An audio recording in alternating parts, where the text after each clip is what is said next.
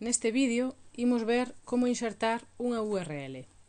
Unha URL é unha dirección dunha páxina web, dun vídeo, do que queiramos que se vexa na nosa aula virtual. Para iso o primeiro que temos que facer, unha vez dentro do curso onde queremos facelo, é ir aquí arriba, activar edición, e agora no tema no que queremos facelo imos a darlle a engadir un recurso e damos ya a insertar URL, que é o que está aquí abaixo de todo. Ben, aquí temos o nome, a descripción. Nos imos insertar este que sale aquí, que son exercicios interactivos de fraccións, e imos ver as posibilidades que temos para insertalo. Entón, copiamos aquí arriba na barra de ferramentas toda a dirección con control C e vamos aquí editando URL e poñemos exercicios de fraccións. E na descripción imos poñer pois exercicios interactivos do tema de fraccións. Vale. Aquí abaixo podemos seleccionar se queremos presentar a descripción na páxina do curso ou non, e aquí onde pon URL externo imos darlle a control V para pegar a ligazón que temos. E o que vai variar é como queremos nós que se vexa. Dentro da apariencia podemos elexir 4 opcións. Unha que é automático, incrustado, abrir ou nunha xanela emerxente. E imos ver a diferencia entre todos eles. Se nós eleximos nunha xanela emerxente, sería que non la abra nunha ventana nova cando pinchamos no recurso. E aquí eleximos o tamaño da ventana, que nós podemos cambiálo. E imos agora a agardar e volver ao curso.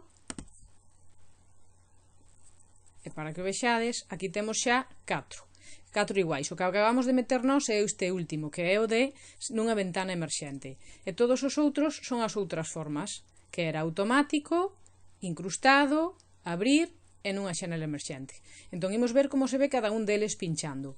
O primeiro deles, que era automático, o pinchar nel, imos ver aquí a ligazón. Como vedes, non queda moi estético, e quizá é a peor opción de todas, pero é unha opción máis. Entón, pinchando aquí, xa nos abre nesta mesma ventana, como vedes, non nos abre unha nova, os exercicios.